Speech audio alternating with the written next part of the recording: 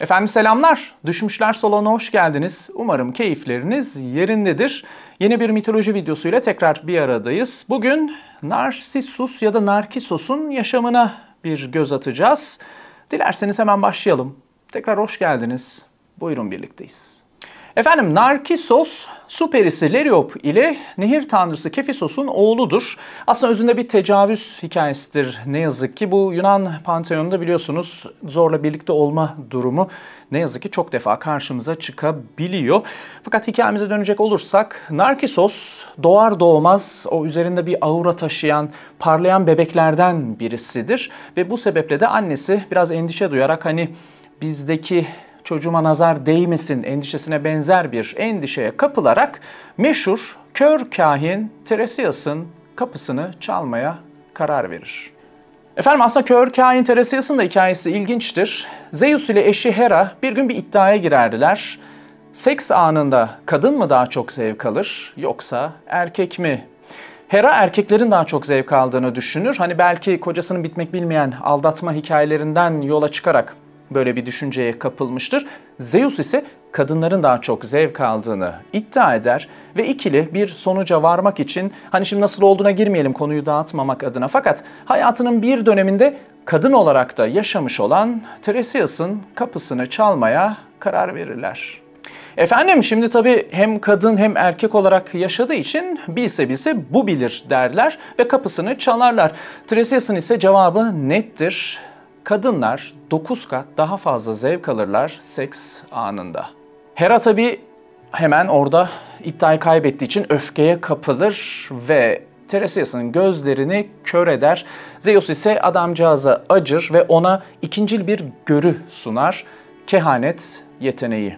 İşte efendim aradan yıllar geçer ve kör kahin Tiresias artık çok ünlü olur tabii ve dediğim gibi Narkissos'un annesi de oğlunun geleceğini danışmak adına uzun bir ömrü olup olmayacağını öğrenmek adına Tiresias'ın kapısına dayanır. Tiresias'ın ise cevabı şu şekildedir. Eğer Narkissos kendini bilmezse uzun bir ömrü olacaktır. Efendim antik çağın kahinleri meşhurdur. Yani işte kehanetlerini bu şekilde şifreli ya da yarı şifreli sunarlar. Onu artık yorumlamak, çözmek ise size kalır. Efendim hatta işte mitolojiden çıkıp biraz antik çağ tarihine göz atacak olursak işte Lidya kralının meşhur işte Perslerle savaşı sırasında savaşı kazanıp kazanmayacağını öğrenmek için antik çağın meşhur Delphi kahinine danışma durumu söz konusudur, bir hikayesi vardır. İşte Delphi kahinine danışır. Delphi kahinine der ki eğer savaşa girersen çok büyük bir devleti yıkacaksın. Ve işte bunun heyecanıyla birlikte Lidya kralı da savaşa girer ve savaşı kaybeder. Çünkü efendim Delphi kahininin savaşa girersen çok büyük bir devleti yıkacaksın diye kehanette bulunduğu devlet aslında Lidya kralının kendi devletidir. Bu şekilde de efendim antik çağın kahinleri dediğim gibi meşhurdur bu şifreli yarı şifreli efendim kehanetlerini sunma biçimleri. Efendim Narkissos'a dönecek olursak Narkissos gençlik yıllarına geldiğinde oldukça göz alıcı, kızların erkeklerin peşinden koştuğu çok yakışıklı bir genç oğlan olur. Tabii bu genç yakışıklı kardeşimizin hiç o taraklarda bezi yoktur. Yani peşinden koşanları, taliplerini sürekli reddeder efendim. Hatta reddetmekle kalmaz, insanları tersler, aşağılar ve bu sebeple de birçok insanı depresyona sürükler.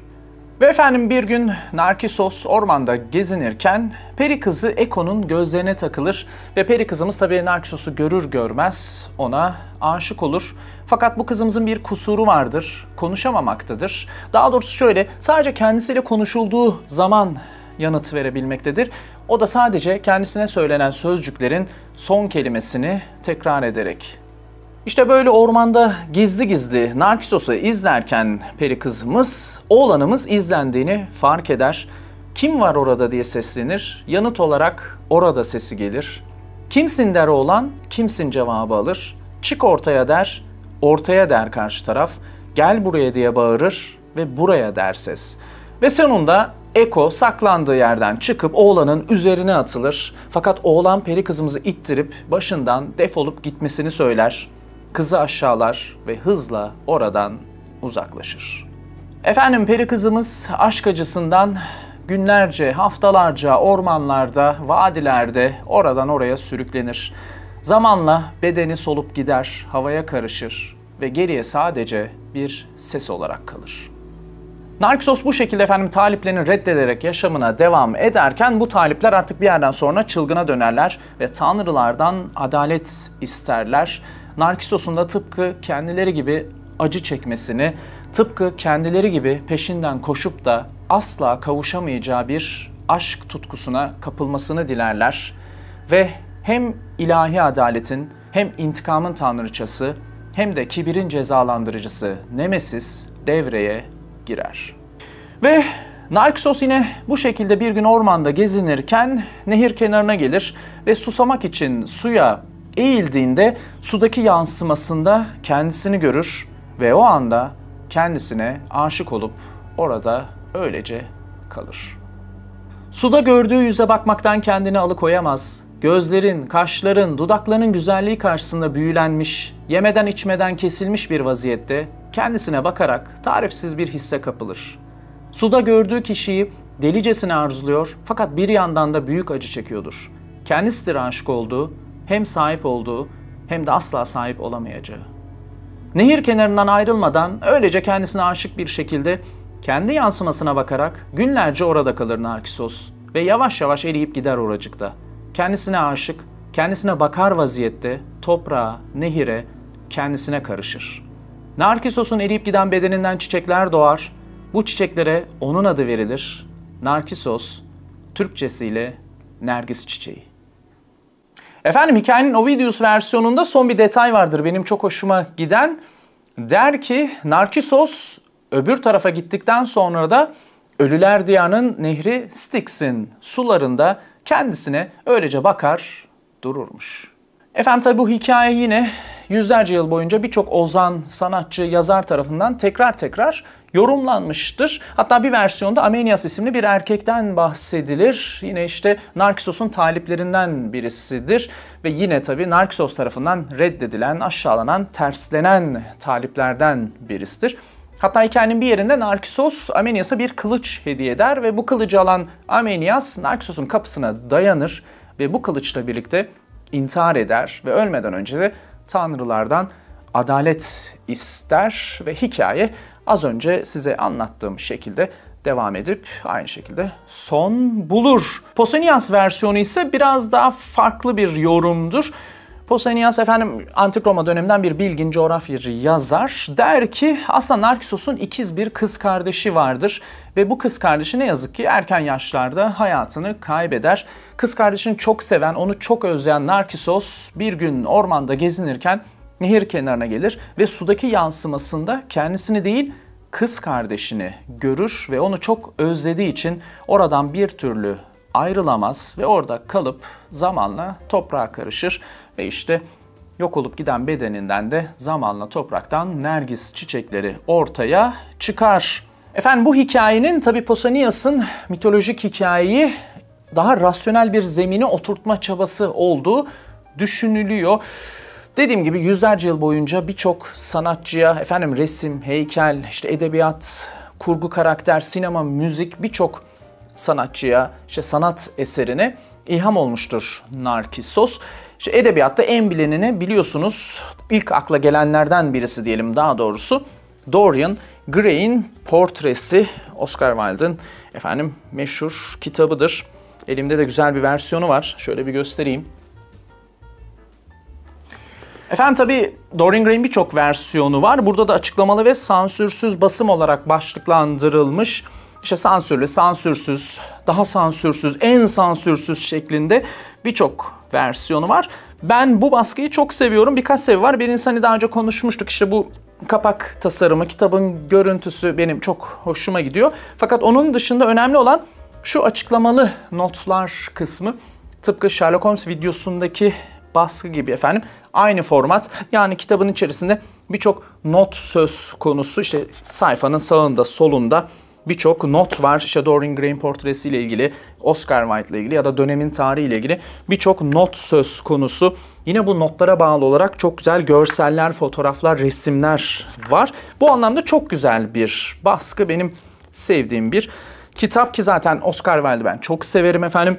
Hani mutlaka hepiniz biliyorsunuz fakat henüz kalemini tecrübe etmediyseniz naçizane tavsiyem efendim Oscar Wilde'ın kalemini de tecrübe ediniz. Tabi konu narsizm olunca efendim ki narkisos, narsizm terimi de narkisos'tan ve bu hikayeden gelmektedir bildiğiniz gibi. Bu kadar çok sanatçıya, efendim yazara, kurgu karaktere ilham olması da gayet doğal. İnsan doğasının ve tabii uygarlık tarihinin ilerleyişinde aslında önemli yapı taşlarından birisi narsizm. Peri kızımız Eko'ya bakacak olursak da malum sesimizin eko yapması durumu da efendim yine hikayeden ve Eko peri kızımızdan gelmektedir. Yani bir gün sesiniz eko yaparsa geri gelen sesi peri kızımız Eko'nun sesi olarak da düşünebilirsiniz. Onun dışında ekolali durumu efendim işte söylenen sözleri ya da çevreden duyduğu sesleri sürekli tekrar etme durumuna da biliyorsunuz ekolali denilmektedir. Bu terim de yine Eko'dan ve bu hikayeden peri kızımızdan Eko'dan gelmektedir. Tabii narkotik, narkoz kelimesi aslında narkisos'la bağlantılıdır. İşte bu narkisos, narke ilk hece eski Yunanca'da uyuşmak, uyuşukluk anlamına gelmektedir.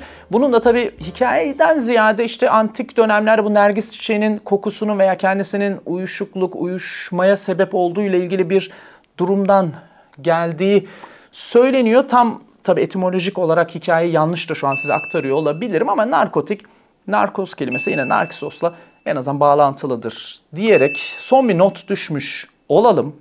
Dilerseniz burada bitirelim. Böyle çıtır çerez bir mitoloji videomuz olmuş olsun efendim. Sürçülisan ettiysek affola. Efendim beğendiyseniz ne mutlu bana. Çok teşekkür ediyorum. Beğenmediyseniz de sabredip izlediğiniz için çok teşekkür ediyorum. Ve hepinize mutlu günler diliyorum. Black Pumas Colors. Görüşeceğiz. Bay bay. Efendim Narkisos'a dönecek olursak tabii gençlik yıllarına geldiğinde artık Narkisos oldukça göz alıcı, kızların erkeklerin peşinden koştuğu çok yakışıklı bir genç olur. Fakat bu yakışıklı kardeşimizin o taraklarda pek bezi yoktur. Taliplerini, peşinden koşanları sürekli reddeder. Hatta